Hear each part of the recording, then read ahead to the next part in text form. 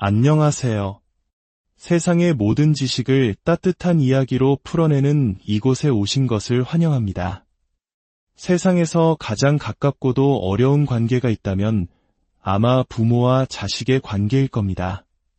특히 자기 자신만을 사랑하는 나르시시스트 부모 아래에서 자란 자녀는 눈에 보이지 않는 깊은 상처를 안고 살아가는 경우가 많습니다.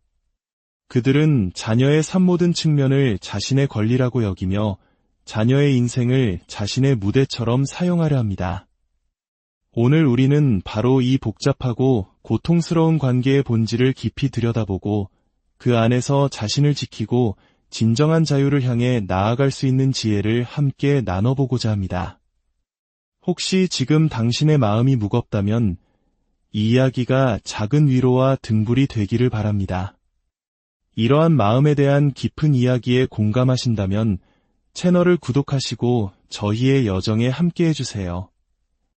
여러분의 좋아요 하나가 비슷한 아픔을 겪는 또 다른 누군가에게 이야기를 전달하는 빛이 될 수 있습니다. 이야기는 한 17살 소녀의 사연으로 시작됩니다. 저는 디지털 아트가 유일한 행복인 17살 소녀입니다.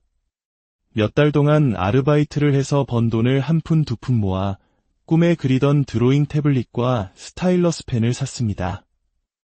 하지만 저희 엄마는 제가 자신과 관련 없는 취미를 갖는 것을 끔찍하게 싫어하십니다. 그림 그릴 시간에 엄마나 좀 돕지 그러니? 혹은 예술은 돈이 안 돼 같은 말을 입에 달고 사셨죠. 어제 학교에서 돌아왔을 때 제 미술용품들이 전부 사라진 것을 발견했습니다. 엄마에게 묻자 내 방이 너무 지저분해서 버렸다. 학업에 방해되는 건 필요 없잖니 라고 태연하게 말씀하셨습니다. 그 말을 듣는 순간 눈물이 터져나왔지만 엄마는 오히려 저를 드라마 주인공 취급하며 화를 내셨습니다. 제가 배은망덕하다며 다 저를 위해 현실에 집중하도록 도와주는 것이라고요. 그 태블릿은 제가 마트에서 힘들게 일하며 번 30만 원이 넘는 돈으로 산 것이었습니다.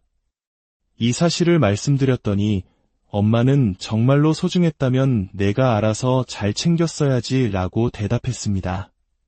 제 방은 지저분하지 않았습니다. 저는 항상 책상 서랍에 미술 용품들을 가지런히 정리해 두었으니까요. 엄마는 단지 제가 자신과 상관없는 일에 시간을 쏟는다는 이유로 저에게 상처를 주고 싶었던 겁니다. 작년에도 그랬습니다. 제가 기타 연주에 꽤 능숙해지자 엄마는 기타가 너무 시끄럽다며 다른 사람에게 줘버렸습니다.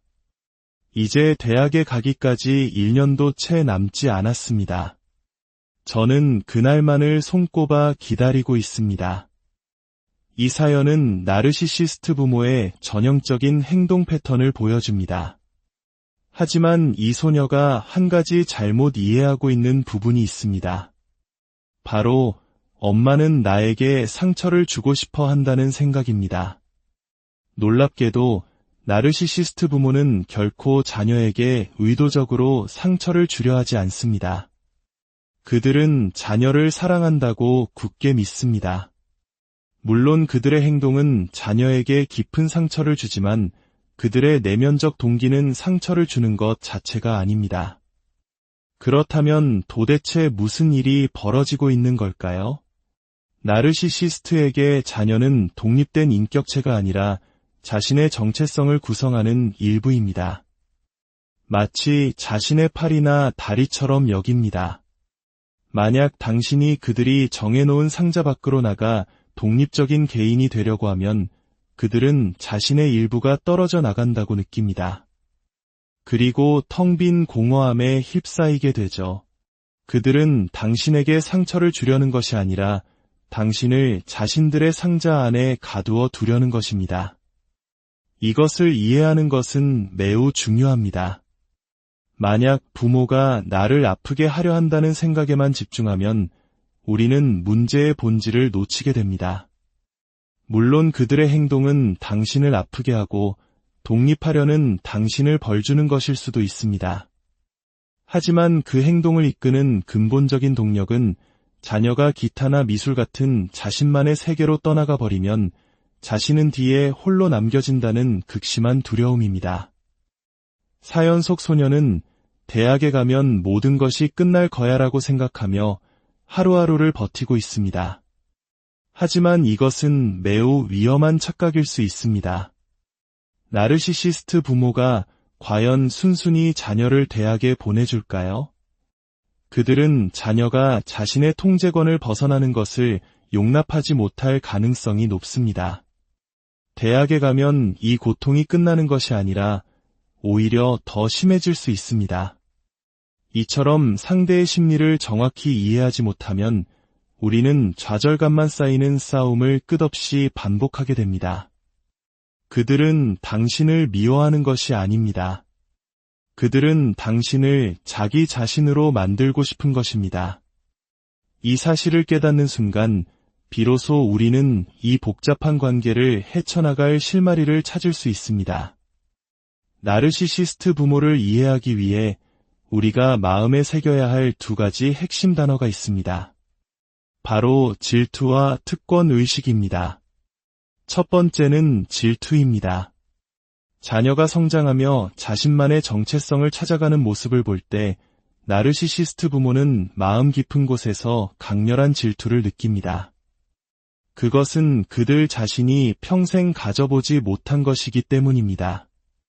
그들은 자녀가 독립적인 존재가 되는 것을 증오합니다. 왜냐하면 그들 자신이 그렇게 되고 싶었기 때문입니다. 사연 속 어머니의 말을 다시 떠올려 봅시다. 그림 그릴 시간에 나를 돕지? 예술은 돈이 안 돼. 이 말들 속에는 자녀가 자신을 통하지 않고 기쁨과 성취감을 얻는 것에 대한 불편한 심기가 숨어 있습니다. 따라서 나르시시스트 부모를 대할 때는 그들이 항상 나를 질투하고 있다고 가정해 보세요. 그리고 질투하는 사람을 어떻게 대해야 할지 생각해 보는 겁니다. 가장 먼저 해야 할 일은 자신의 성공을 너무 드러내지 않도록 조심하는 것입니다. 당신이 성공하고 행복해할수록 그들의 질투심은 더욱 불타오를 것이고 파괴적인 행동으로 이어질 가능성이 높습니다. 그렇다고 해서 당신의 자부심을 버리라는 뜻은 아닙니다. 다만 그들의 질투를 자극할 수 있다는 사실을 항상 인지하고 있어야 합니다. 조금 더 나아간 전략은 당신의 승리를 그들의 승리로 만들어주는 것입니다. 예를 들어, 엄마가 항상 저를 응원해주신 덕분에 제가 이렇게 기타를 잘 치게 됐어요 라고 말하는 것이죠. 물론 이런 말을 하는 것이 굴욕적이고 역겹게 느껴질 수 있습니다. 그들에게 공을 돌리고 싶지 않은 마음은 너무나도 당연합니다. 하지만 당신의 목표가 그들의 파괴적인 행동을 관리하고 당신의 삶을 평온하게 지키는 것이라면 이 방법은 매우 효과적일 수 있습니다. 당신이 하는 일에 그들이 약간의 지분이라도 갖고 있다고 느끼게 해주는 것만으로도 그들의 나르시시즘적 행동은 눈에 띄게 줄어들 것입니다. 이것은 옳고 그름의 문제가 아닙니다. 이것은 당신의 정신적 평화를 지키기 위한 전략의 문제입니다. 두 번째 핵심은 특권 의식입니다. 앞서 말했듯이 당신은 그들 정체성의 일부입니다. 따라서 그들은 당신 삶의 모든 부분에 대해 당연한 권리가 있다고 생각합니다. 상상해 보세요. 당신이 결혼을 앞두고 있습니다. 엄마가 와서 이렇게 말합니다. 내가 결혼한다니 정말 기쁘구나. 정말 행복한 날이야. 너는 하얀 드레스가 정말 잘 어울릴 거야. 그리고 나도 그럴 거고. 우리 결혼식 날 엄마와 딸이 함께 하얀 드레스를 입는 거야. 정말 멋지지 않겠니? 심지어 이렇게 말할 수도 있습니다. 얘야, 그 목걸이는 너한테 너무 화려한 것 같아.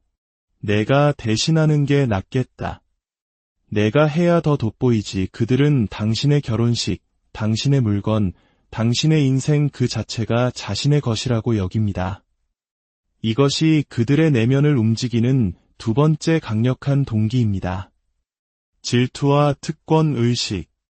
이 두 가지를 이해하면 그들의 예측 불가능해 보이는 행동들이 비로소 하나의 그림으로 맞춰지기 시작합니다. 그렇다면 왜 나르시시스트 부모와의 대화는 항상 그렇게 답답하고 좌절스러울까요? 그 이유는 그들이 자신의 내면에서 무슨 일이 일어나는지 전혀 인지하지 못하기 때문입니다. 그들은 자신의 질투심, 특권의식을 스스로 볼 수 없습니다. 이것이 그들에게 완벽한 알리바이를 제공합니다.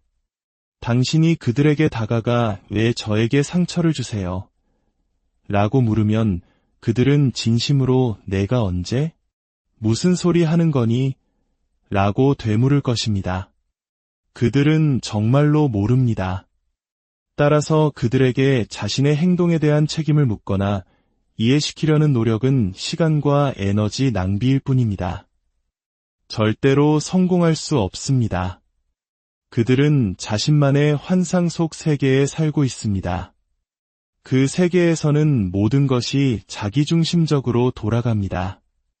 신부의 엄마가 결혼식에서 하얀 드레스를 입는 것이 하객들에게 깊은 인상을 줄 것이라고 믿고 신랑과 먼저 춤을 추는 것이 재미있는 장난이라고 생각하는 그런 세상입니다. 그들은 자신의 행동을 정당화하기 위해 온갖 이유들을 즉석에서 만들어냅니다. 내 방이 너무 어지러웠어. 내가 너무 예민한 거야. 예술은 돈이 안 돼. 이 말들은 현실에 기반한 것이 아니라 자신의 내면적 충동을 합리화하기 위한 방어기제에 불과합니다. 현실 세계에 사는 당신과 환상의 세계에 사는 그들 사이의 대화가 통할 리가 없습니다. 더욱 우리를 미치게 만드는 것은 그들이 자신의 행동으로 인해 엄청난 죄책감을 느낀다는 사실입니다. 그들은 무의식적으로 당신에게 상처를 주고 있다는 것을 압니다. 그리고 그 죄책감을 해소하기 위해 이건 다 너 잘되라고 하는 거야 라는 논리를 내세웁니다. 만약 그들이 스스로를 그리고 당신을 그 논리로 설득할 수만 있다면 죄책감은 사라집니다. 이것이 가장 분노를 유발하는 지점입니다. 상처를 주고 미안하다고 말하는 대신 오히려 당신을 위한 것이었다며 자신들의 행동을 포장하고 정당화합니다. 이 과정에서 당신의 상처는 2배, 3배로 커집니다. 많은 사람들이 나르시시스트 부모에게 경계를 설정하라고 쉽게 조언합니다. 물론 경계를 설정하는 것은 중요합니다. 하지만 이것은 말처럼 간단한 문제가 아닙니다. 특히 우리 한국 문화권에서는 더욱 그렇습니다. 부모와 자식 간의 끈끈한 정, 그리고 효를 중시하는 문화 속에서 부모님과의 경계 설정이라는 말은 매우 낯설고 심지어 불효처럼 들릴 수 있습니다. 어떻게 부모님께 선을 긋니? 라는 비난을 받기 십상이죠. 또한 경계를 설정하기 위해서는 힘이 필요합니다. 당신이 부모에게 경제적으로나 정서적으로 의존하고 있는 17살 소녀라면 힘의 균형은 당신에게 절대적으로 불리합니다. 이런 상황에서 섣불리 경계를 설정하려다가는 더 큰 보복과 통제에 직면할 수 있습니다. 그들은 당신을 험담하고 친척들 앞에서 당신을 나쁜 자식으로 만들고 죄책감을 심어주는 등 온갖 간접적인 공격을 통해 당신을 고립시킬 것입니다. 그래서 우리는 다른 게임의 법칙을 익혀야 합니다. 바로 실질이 아닌 상징의 게임입니다. 나르시시스트들은 내면이 비어있기 때문에 실질에는 관심이 없습니다. 그들은 오직 겉으로 보이는 상징에만 반응합니다. 그들의 사과는 진정한 뉘우침의 표현이 아닙니다. 당신이 떠나려는 것을 감지하고 당신을 다시 곁에 묶어두기 위한 전략적인 사과의 상징일 뿐입니다. 그들은 당신의 마음 상태를 무의식적으로 하지만 기가 막히게 감지해냅니다.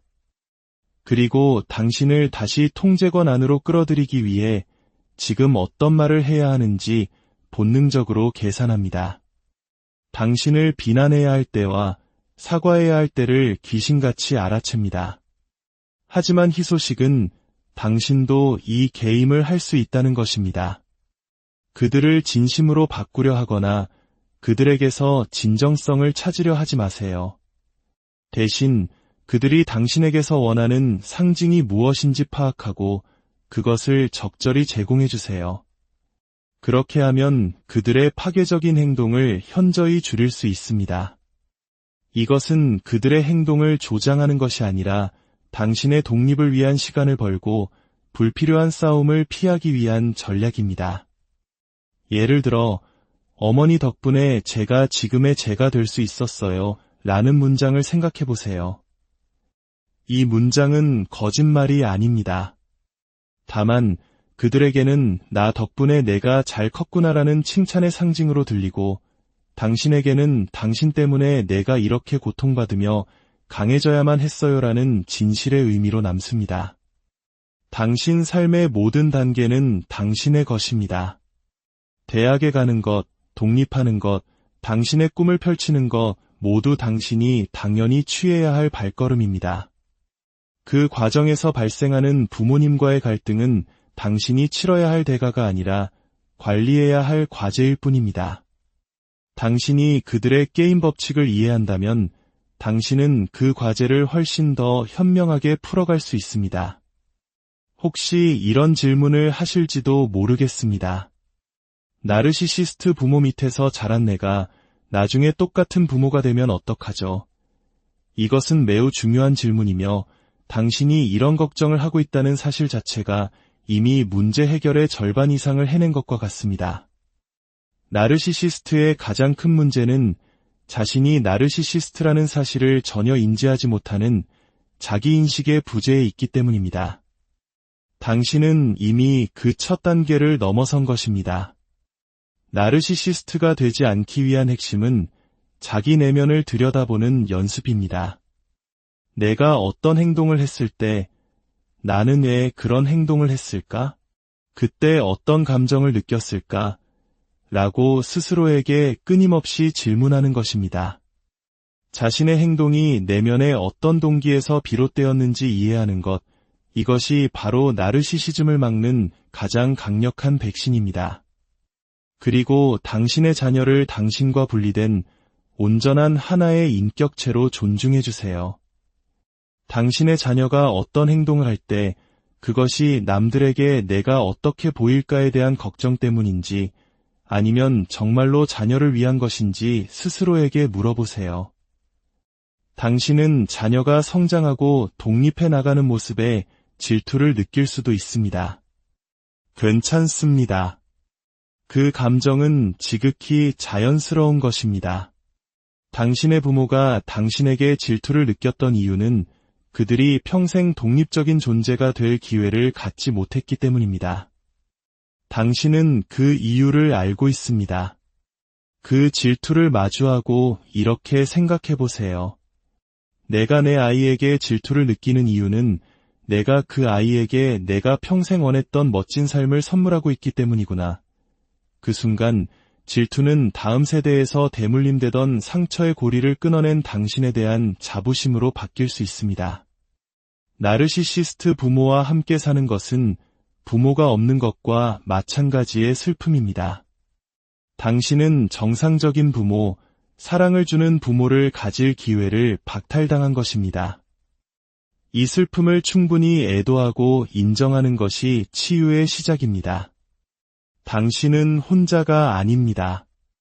당신의 고통은 진짜이며 당신은 그 고통 속에서도 살아남은 강인한 사람입니다. 이제는 그들의 게임에서 벗어나 당신만의 인생을 살아가야 할 때입니다. 그 길은 더딜지라도 분명히 존재합니다. 오늘 이야기가 당신의 마음에 작은 울림을 주었기를 바랍니다. 안녕하세요. 세상의 모든 지식을 따뜻한 이야기로 풀어내는 이곳에 오신 것을 환영합니다. 세상에서 가장 가깝고도 어려운 관계가 있다면 아마 부모와 자식의 관계일 겁니다. 특히 자기 자신만을 사랑하는 나르시시스트 부모 아래에서 자란 자녀는 눈에 보이지 않는 깊은 상처를 안고 살아가는 경우가 많습니다.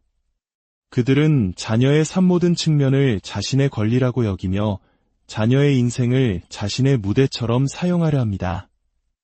오늘 우리는 바로 이 복잡하고 고통스러운 관계의 본질을 깊이 들여다보고 그 안에서 자신을 지키고 진정한 자유를 향해 나아갈 수 있는 지혜를 함께 나눠보고자 합니다.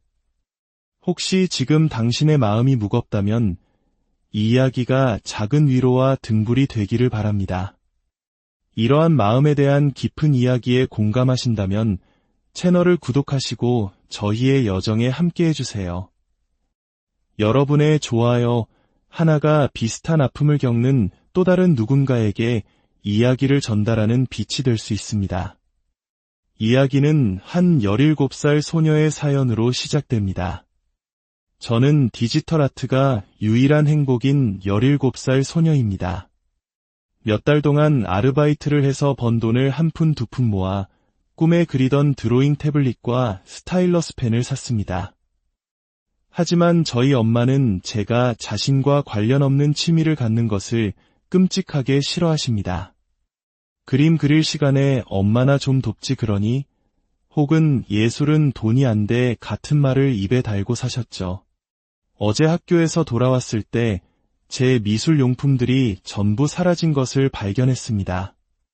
엄마에게 묻자 내 방이 너무 지저분해서 버렸다. 학업에 방해되는 건 필요 없잖니 라고 태연하게 말씀하셨습니다. 그 말을 듣는 순간 눈물이 터져 나왔지만 엄마는 오히려 저를 드라마 주인공 취급하며 화를 내셨습니다. 제가 배은망덕하다며 다 저를 위해 현실에 집중하도록 도와주는 것이라고요. 그 태블릿은 제가 마트에서 힘들게 일하며 번 30만 원이 넘는 돈으로 산 것이었습니다. 이 사실을 말씀드렸더니 엄마는 정말로 소중했다면 내가 알아서 잘 챙겼어야지 라고 대답했습니다.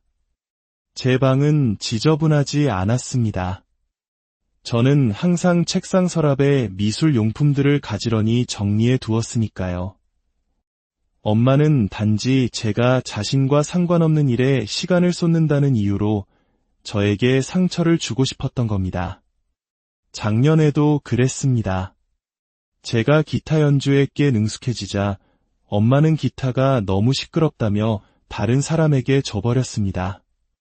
이제 대학에 가기까지 1년도 채 남지 않았습니다. 저는 그날만을 손꼽아 기다리고 있습니다. 이 사연은 나르시시스트 부모의 전형적인 행동 패턴을 보여줍니다. 하지만 이 소녀가 한 가지 잘못 이해하고 있는 부분이 있습니다.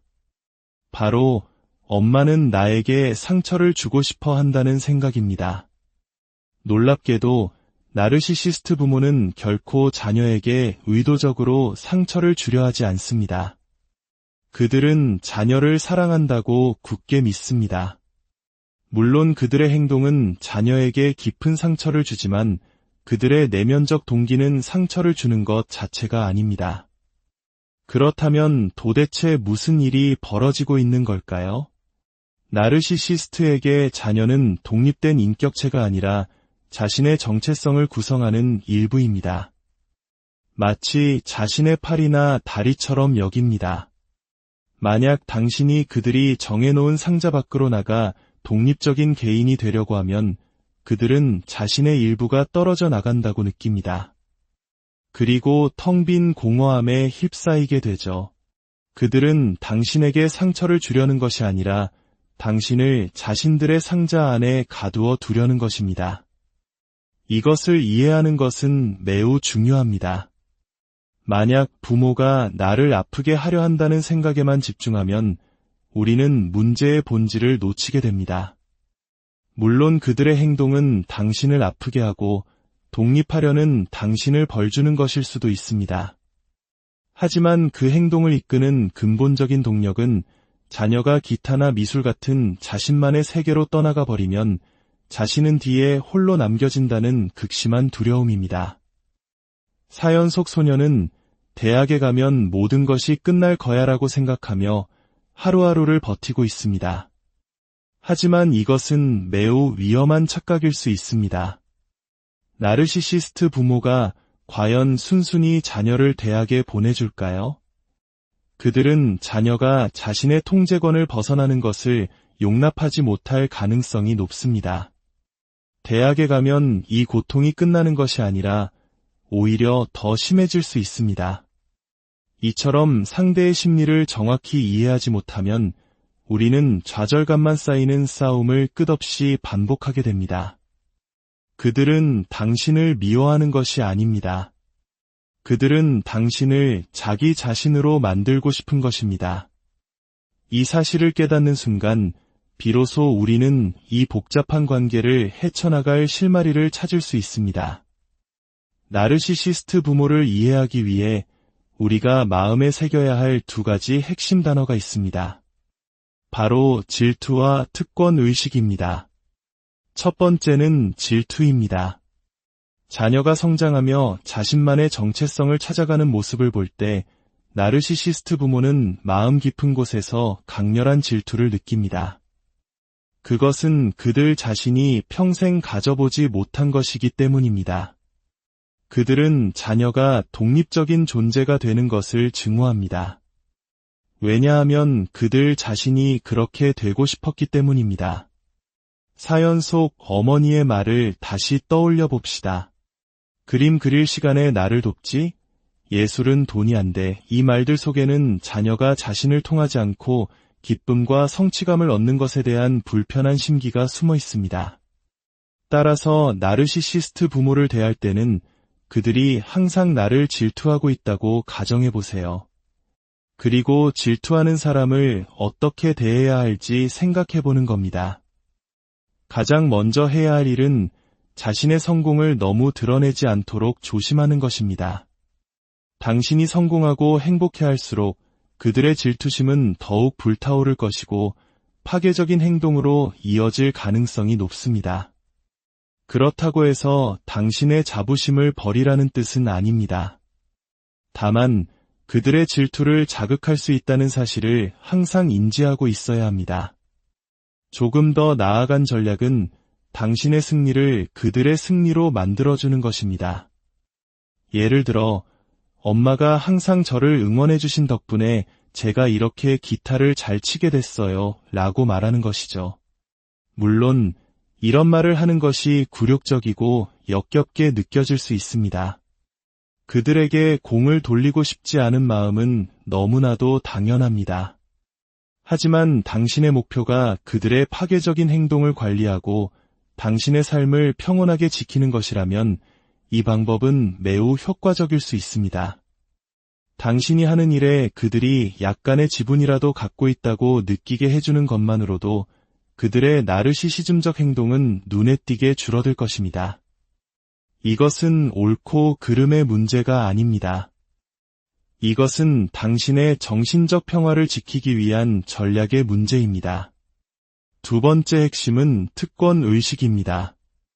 앞서 말했듯이 당신은 그들 정체성의 일부입니다. 따라서 그들은 당신 삶의 모든 부분에 대해 당연한 권리가 있다고 생각합니다. 상상해보세요. 당신이 결혼을 앞두고 있습니다. 엄마가 와서 이렇게 말합니다. 내가 결혼한다니 정말 기쁘구나. 정말 행복한 날이야.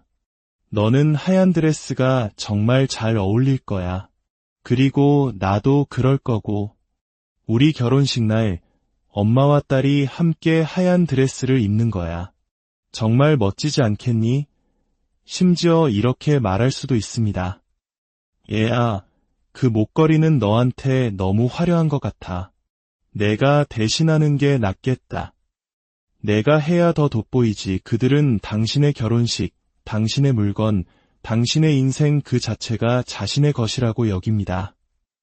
이것이 그들의 내면을 움직이는 두 번째 강력한 동기입니다. 질투와 특권의식.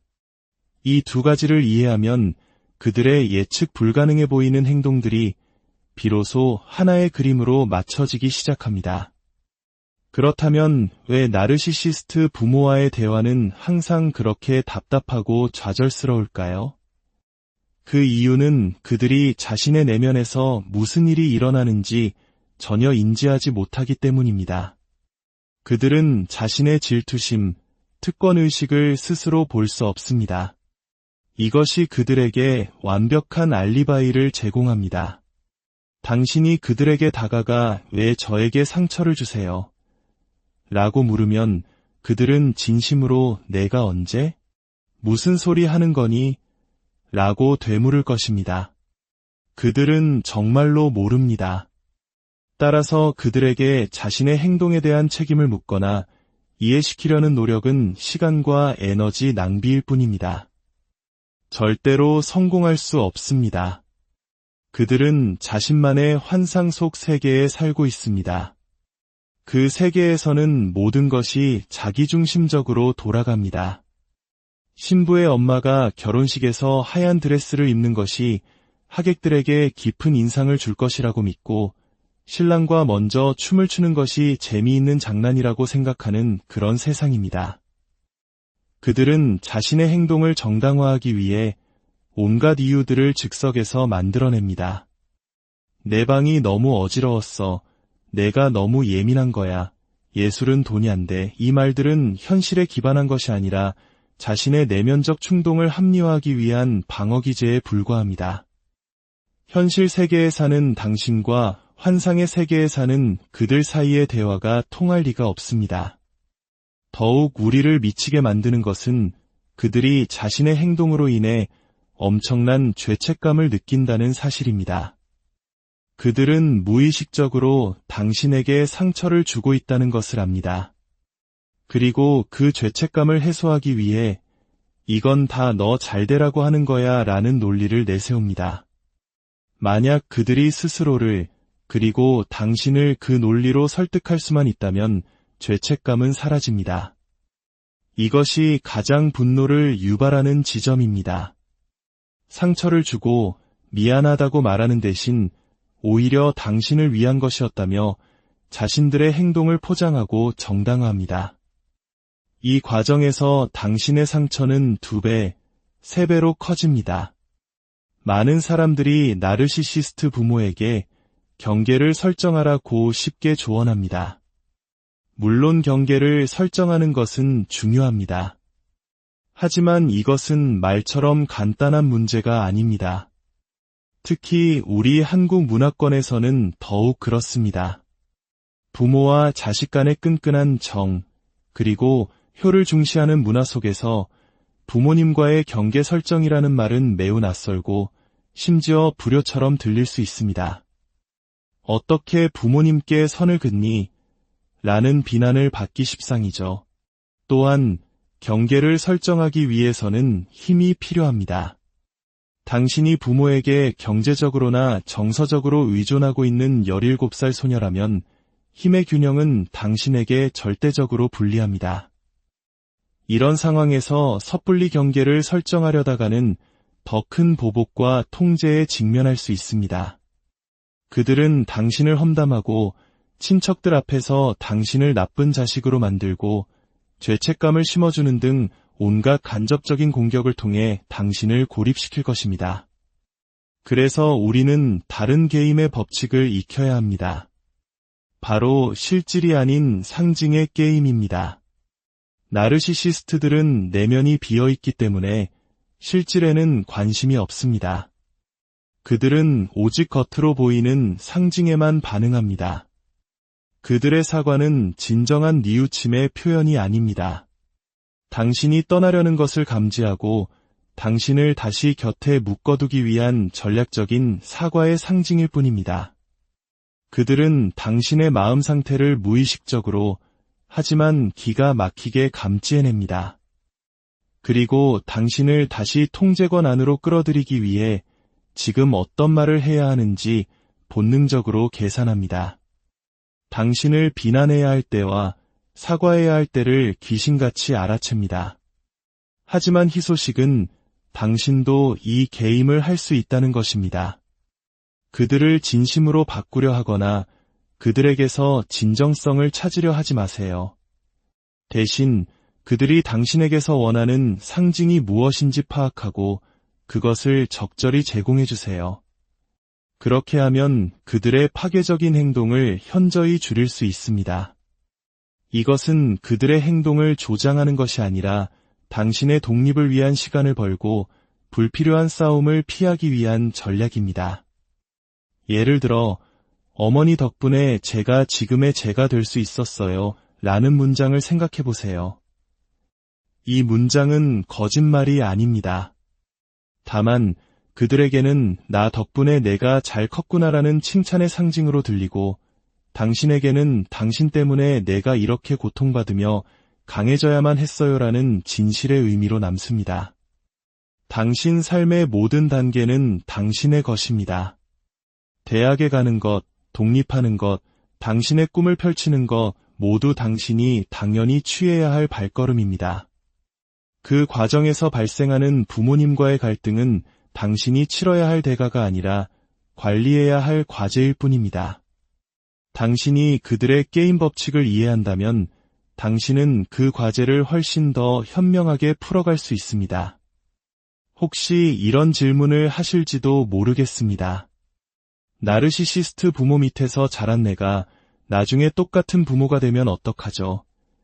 이것은 매우 중요한 질문이며 당신이 이런 걱정을 하고 있다는 사실 자체가 이미 문제 해결의 절반 이상을 해낸 것과 같습니다.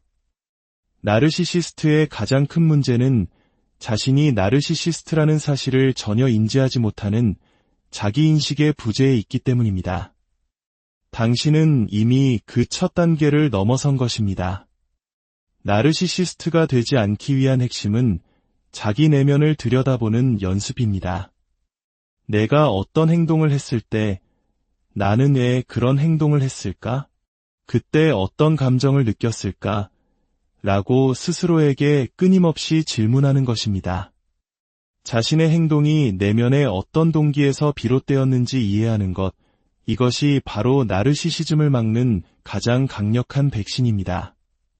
그리고 당신의 자녀를 당신과 분리된 온전한 하나의 인격체로 존중해 주세요. 당신의 자녀가 어떤 행동을 할 때 그것이 남들에게 내가 어떻게 보일까에 대한 걱정 때문인지 아니면 정말로 자녀를 위한 것인지 스스로에게 물어보세요. 당신은 자녀가 성장하고 독립해 나가는 모습에 질투를 느낄 수도 있습니다. 괜찮습니다. 그 감정은 지극히 자연스러운 것입니다. 당신의 부모가 당신에게 질투를 느꼈던 이유는 그들이 평생 독립적인 존재가 될 기회를 갖지 못했기 때문입니다. 당신은 그 이유를 알고 있습니다. 그 질투를 마주하고 이렇게 생각해 보세요. 내가 내 아이에게 질투를 느끼는 이유는 내가 그 아이에게 내가 평생 원했던 멋진 삶을 선물하고 있기 때문이구나.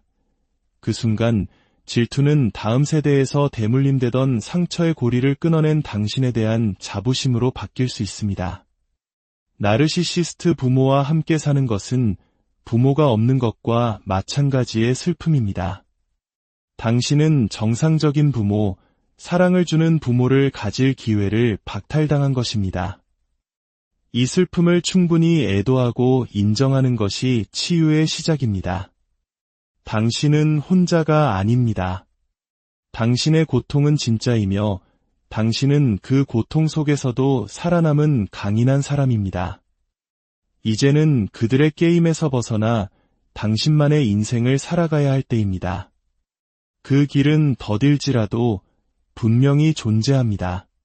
오늘 이야기가 당신의 마음에 작은 울림을 주었기를 바랍니다. 안녕하세요. 세상의 모든 지식을 따뜻한 이야기로 풀어내는 이곳에 오신 것을 환영합니다. 세상에서 가장 가깝고도 어려운 관계가 있다면 아마 부모와 자식의 관계일 겁니다. 특히 자기 자신만을 사랑하는 나르시시스트 부모 아래에서 자란 자녀는 눈에 보이지 않는 깊은 상처를 안고 살아가는 경우가 많습니다. 그들은 자녀의 삶 모든 측면을 자신의 권리라고 여기며 자녀의 인생을 자신의 무대처럼 사용하려 합니다. 오늘 우리는 바로 이 복잡하고 고통스러운 관계의 본질을 깊이 들여다보고 그 안에서 자신을 지키고 진정한 자유를 향해 나아갈 수 있는 지혜를 함께 나눠보고자 합니다. 혹시 지금 당신의 마음이 무겁다면 이 이야기가 작은 위로와 등불이 되기를 바랍니다. 이러한 마음에 대한 깊은 이야기에 공감하신다면 채널을 구독하시고 저희의 여정에 함께해 주세요. 여러분의 좋아요 하나가 비슷한 아픔을 겪는 또 다른 누군가에게 이야기를 전달하는 빛이 될 수 있습니다. 이야기는 한 17살 소녀의 사연으로 시작됩니다. 저는 디지털 아트가 유일한 행복인 17살 소녀입니다. 몇 달 동안 아르바이트를 해서 번 돈을 한 푼 두 푼 모아 꿈에 그리던 드로잉 태블릿과 스타일러스 펜을 샀습니다. 하지만 저희 엄마는 제가 자신과 관련 없는 취미를 갖는 것을 끔찍하게 싫어하십니다. 그림 그릴 시간에 엄마나 좀 돕지 그러니? 혹은 예술은 돈이 안 돼 같은 말을 입에 달고 사셨죠. 어제 학교에서 돌아왔을 때 제 미술 용품들이 전부 사라진 것을 발견했습니다. 엄마에게 묻자 내 방이 너무 지저분해서 버렸다. 학업에 방해되는 건 필요 없잖니 라고 태연하게 말씀하셨습니다. 그 말을 듣는 순간 눈물이 터져나왔지만 엄마는 오히려 저를 드라마 주인공 취급하며 화를 내셨습니다. 제가 배은망덕하다며 다 저를 위해 현실에 집중하도록 도와주는 것이라고요. 그 태블릿은 제가 마트에서 힘들게 일하며 번 30만 원이 넘는 돈으로 산 것이었습니다. 이 사실을 말씀드렸더니 엄마는 정말로 소중했다면 내가 알아서 잘 챙겼어야지 라고 대답했습니다. 제 방은 지저분하지 않았습니다. 저는 항상 책상 서랍에 미술 용품들을 가지런히 정리해 두었으니까요. 엄마는 단지 제가 자신과 상관없는 일에 시간을 쏟는다는 이유로 저에게 상처를 주고 싶었던 겁니다. 작년에도 그랬습니다. 제가 기타 연주에 꽤 능숙해지자 엄마는 기타가 너무 시끄럽다며 다른 사람에게 줘버렸습니다. 이제 대학에 가기까지 1년도 채 남지 않았습니다. 저는 그날만을 손꼽아 기다리고 있습니다. 이 사연은 나르시시스트 부모의 전형적인 행동 패턴을 보여줍니다. 하지만 이 소녀가 한 가지 잘못 이해하고 있는 부분이 있습니다. 바로 엄마는 나에게 상처를 주고 싶어 한다는 생각입니다. 놀랍게도 나르시시스트 부모는 결코 자녀에게 의도적으로 상처를 주려 하지 않습니다. 그들은 자녀를 사랑한다고 굳게 믿습니다. 물론 그들의 행동은 자녀에게 깊은 상처를 주지만 그들의 내면적 동기는 상처를 주는 것 자체가 아닙니다. 그렇다면 도대체 무슨 일이 벌어지고 있는 걸까요? 나르시시스트에게 자녀는 독립된 인격체가 아니라 자신의 정체성을 구성하는 일부입니다. 마치 자신의 팔이나 다리처럼 여깁니다. 만약 당신이 그들이 정해놓은 상자 밖으로 나가 독립적인 개인이 되려고 하면 그들은 자신의 일부가 떨어져 나간다고 느낍니다. 그리고 텅 빈 공허함에 휩싸이게 되죠. 그들은 당신에게 상처를 주려는 것이 아니라 당신을 자신들의 상자 안에 가두어 두려는 것입니다. 이것을 이해하는 것은 매우 중요합니다. 만약 부모가 나를 아프게 하려 한다는 생각에만 집중하면 우리는 문제의 본질을 놓치게 됩니다. 물론 그들의 행동은 당신을 아프게 하고 독립하려는 당신을 벌주는 것일 수도 있습니다. 하지만 그 행동을 이끄는 근본적인 동력은 자녀가 기타나 미술 같은 자신만의 세계로 떠나가 버리면 자신은 뒤에 홀로 남겨진다는 극심한 두려움입니다. 사연 속 소녀는 대학에 가면 모든 것이 끝날 거야라고 생각하며 하루하루를 버티고 있습니다. 하지만 이것은 매우 위험한 착각일 수 있습니다. 나르시시스트 부모가 과연 순순히 자녀를 대학에 보내줄까요? 그들은 자녀가 자신의 통제권을 벗어나는 것을 용납하지 못할 가능성이 높습니다. 대학에 가면 이 고통이 끝나는 것이 아니라 오히려 더 심해질 수 있습니다. 이처럼 상대의 심리를 정확히 이해하지 못하면 우리는 좌절감만 쌓이는 싸움을 끝없이 반복하게 됩니다. 그들은 당신을 미워하는 것이 아닙니다. 그들은 당신을 자기 자신으로 만들고 싶은 것입니다. 이 사실을 깨닫는 순간 비로소 우리는 이 복잡한 관계를 헤쳐나갈 실마리를 찾을 수 있습니다. 나르시시스트 부모를 이해하기 위해 우리가 마음에 새겨야 할 두 가지 핵심 단어가 있습니다. 바로 질투와 특권의식입니다. 첫 번째는 질투입니다. 자녀가 성장하며 자신만의 정체성을 찾아가는 모습을 볼 때 나르시시스트 부모는 마음 깊은 곳에서 강렬한 질투를 느낍니다. 그것은 그들 자신이 평생 가져보지 못한 것이기 때문입니다. 그들은 자녀가 독립적인 존재가 되는 것을 증오합니다. 왜냐하면 그들 자신이 그렇게 되고 싶었기 때문입니다. 사연 속 어머니의 말을 다시 떠올려 봅시다. 그림 그릴 시간에 나를 돕지? 예술은 돈이 안 돼. 이 말들 속에는 자녀가 자신을 통하지 않고 기쁨과 성취감을 얻는 것에 대한 불편한 심기가 숨어 있습니다. 따라서 나르시시스트 부모를 대할 때는 그들이 항상 나를 질투하고 있다고 가정해 보세요. 그리고 질투하는 사람을 어떻게 대해야 할지 생각해 보는 겁니다. 가장 먼저 해야 할 일은 자신의 성공을 너무 드러내지 않도록 조심하는 것입니다. 당신이 성공하고 행복해할수록 그들의 질투심은 더욱 불타오를 것이고 파괴적인 행동으로 이어질 가능성이 높습니다. 그렇다고 해서 당신의 자부심을 버리라는 뜻은 아닙니다.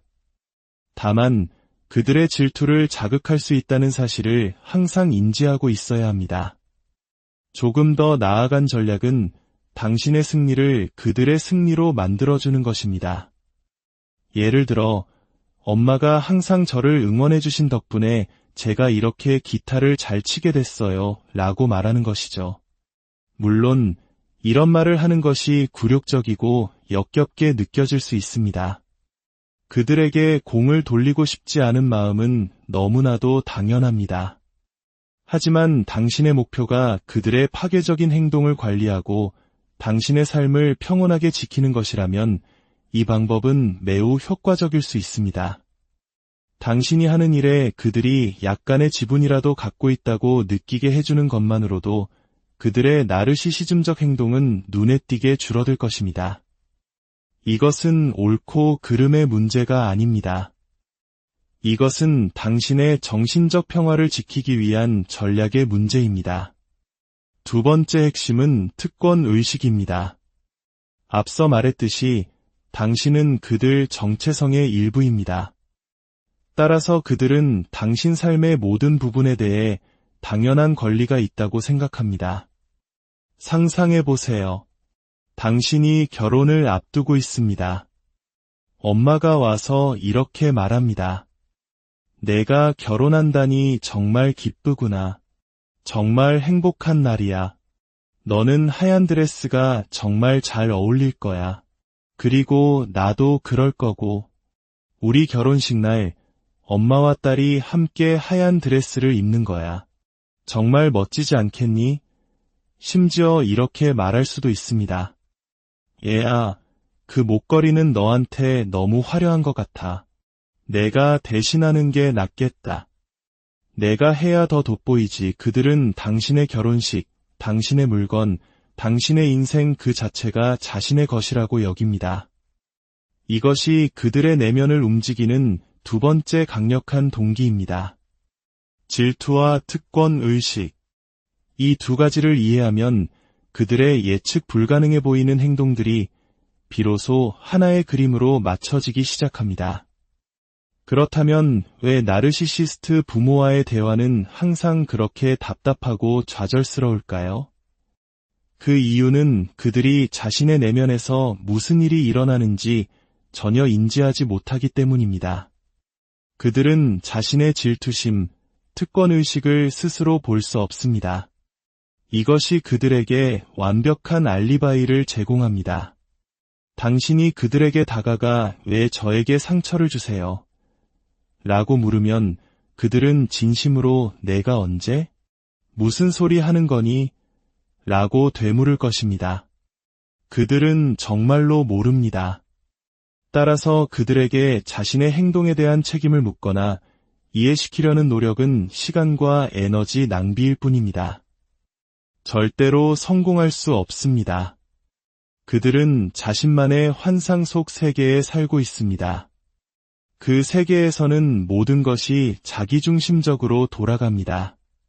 신부의 엄마가 결혼식에서 하얀 드레스를 입는 것이 하객들에게 깊은 인상을 줄 것이라고 믿고 신랑과 먼저 춤을 추는 것이 재미있는 장난이라고 생각하는 그런 세상입니다. 그들은 자신의 행동을 정당화하기 위해 온갖 이유들을 즉석에서 만들어냅니다.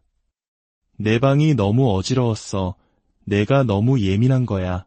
예술은 돈이 안 돼. 이 말들은 현실에 기반한 것이 아니라 자신의 내면적 충동을 합리화하기 위한 방어기제에 불과합니다. 현실 세계에 사는 당신과 환상의 세계에 사는 그들 사이의 대화가 통할 리가 없습니다. 더욱 우리를 미치게 만드는 것은 그들이 자신의 행동으로 인해 엄청난 죄책감을 느낀다는 사실입니다. 그들은 무의식적으로 당신에게 상처를 주고 있다는 것을 압니다. 그리고 그 죄책감을 해소하기 위해 이건 다 너 잘되라고 하는 거야 라는 논리를 내세웁니다. 만약 그들이 스스로를 그리고 당신을 그 논리로 설득할 수만 있다면 죄책감은 사라집니다. 이것이 가장 분노를 유발하는 지점입니다. 상처를 주고 미안하다고 말하는 대신 오히려 당신을 위한 것이었다며 자신들의 행동을 포장하고 정당화합니다. 이 과정에서 당신의 상처는 2배, 3배로 커집니다. 많은 사람들이 나르시시스트 부모에게 경계를 설정하라고 쉽게 조언합니다. 물론 경계를 설정하는 것은 중요합니다. 하지만 이것은 말처럼 간단한 문제가 아닙니다. 특히 우리 한국 문화권에서는 더욱 그렇습니다. 부모와 자식 간의 끈끈한 정, 그리고 효를 중시하는 문화 속에서 부모님과의 경계 설정이라는 말은 매우 낯설고 심지어 불효처럼 들릴 수 있습니다. 어떻게 부모님께 선을 긋니? 라는 비난을 받기 십상이죠. 또한 경계를 설정하기 위해서는 힘이 필요합니다. 당신이 부모에게 경제적으로나 정서적으로 의존하고 있는 17살 소녀라면 힘의 균형은 당신에게 절대적으로 불리합니다. 이런 상황에서 섣불리 경계를 설정하려다가는 더 큰 보복과 통제에 직면할 수 있습니다. 그들은 당신을 험담하고 친척들 앞에서 당신을 나쁜 자식으로 만들고 죄책감을 심어주는 등 온갖 간접적인 공격을 통해 당신을 고립시킬 것입니다.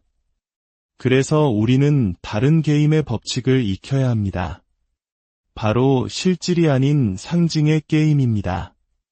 나르시시스트들은 내면이 비어있기 때문에 실질에는 관심이 없습니다. 그들은 오직 겉으로 보이는 상징에만 반응합니다. 그들의 사과는 진정한 뉘우침의 표현이 아닙니다. 당신이 떠나려는 것을 감지하고 당신을 다시 곁에 묶어두기 위한 전략적인 사과의 상징일 뿐입니다. 그들은 당신의 마음 상태를 무의식적으로 하지만 기가 막히게 감지해냅니다.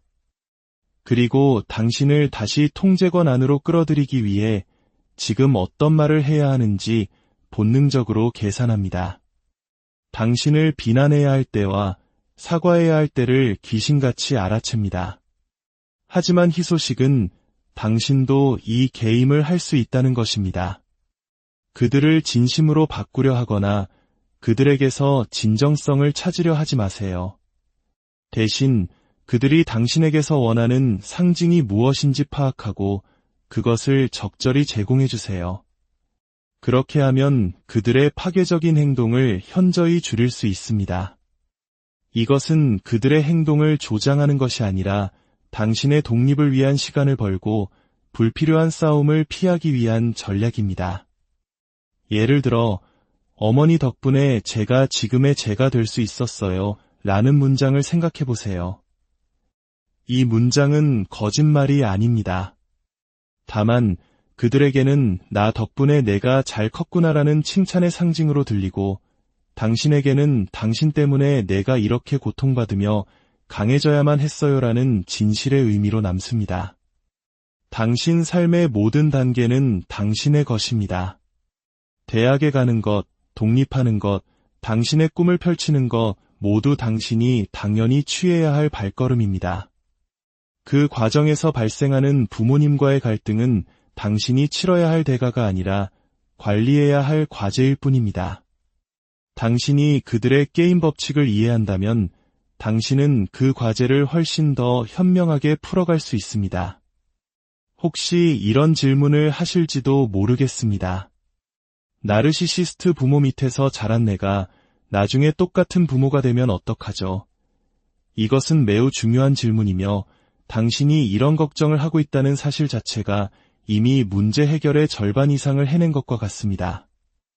나르시시스트의 가장 큰 문제는 자신이 나르시시스트라는 사실을 전혀 인지하지 못하는 자기인식의 부재에 있기 때문입니다. 당신은 이미 그 첫 단계를 넘어선 것입니다.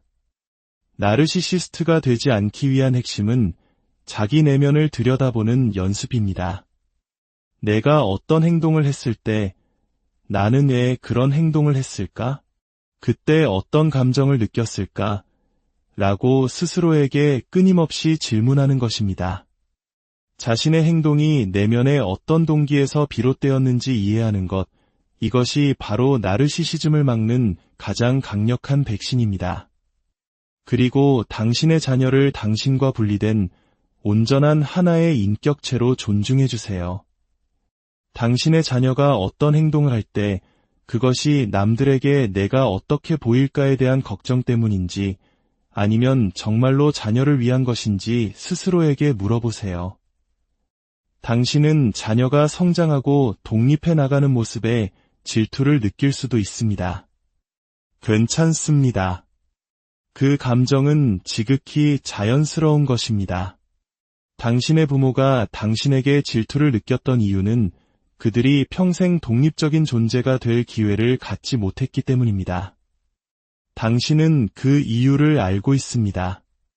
그 질투를 마주하고 이렇게 생각해 보세요. 내가 내 아이에게 질투를 느끼는 이유는 내가 그 아이에게 내가 평생 원했던 멋진 삶을 선물하고 있기 때문이구나. 그 순간 질투는 다음 세대에서 대물림되던 상처의 고리를 끊어낸 당신에 대한 자부심으로 바뀔 수 있습니다. 나르시시스트 부모와 함께 사는 것은 부모가 없는 것과 마찬가지의 슬픔입니다. 당신은 정상적인 부모, 사랑을 주는 부모를 가질 기회를 박탈당한 것입니다. 이 슬픔을 충분히 애도하고 인정하는 것이 치유의 시작입니다. 당신은 혼자가 아닙니다. 당신의 고통은 진짜이며 당신은 그 고통 속에서도 살아남은 강인한 사람입니다. 이제는 그들의 게임에서 벗어나 당신만의 인생을 살아가야 할 때입니다. 그 길은 더딜지라도 분명히 존재합니다. 오늘 이야기가 당신의 마음에 작은 울림을 주었기를 바랍니다. 안녕하세요. 세상의 모든 지식을 따뜻한 이야기로 풀어내는 이곳에 오신 것을 환영합니다. 세상에서 가장 가깝고도 어려운 관계가 있다면 아마 부모와 자식의 관계일 겁니다. 특히 자기 자신만을 사랑하는 나르시시스트 부모 아래에서 자란 자녀는 눈에 보이지 않는 깊은 상처를 안고 살아가는 경우가 많습니다. 그들은 자녀의 산모든 측면을 자신의 권리라고 여기며 자녀의 인생을 자신의 무대처럼 사용하려 합니다. 오늘 우리는 바로 이 복잡하고 고통스러운 관계의 본질을 깊이 들여다보고 그 안에서 자신을 지키고 진정한 자유를 향해 나아갈 수 있는 지혜를 함께 나눠보고자 합니다. 혹시 지금 당신의 마음이 무겁다면 이 이야기가 작은 위로와 등불이 되기를 바랍니다. 이러한 마음에 대한 깊은 이야기에 공감하신다면 채널을 구독하시고 저희의 여정에 함께 해주세요. 여러분의 좋아요 하나가 비슷한 아픔을 겪는 또 다른 누군가에게 이야기를 전달하는 빛이 될 수 있습니다. 이야기는 한 17살 소녀의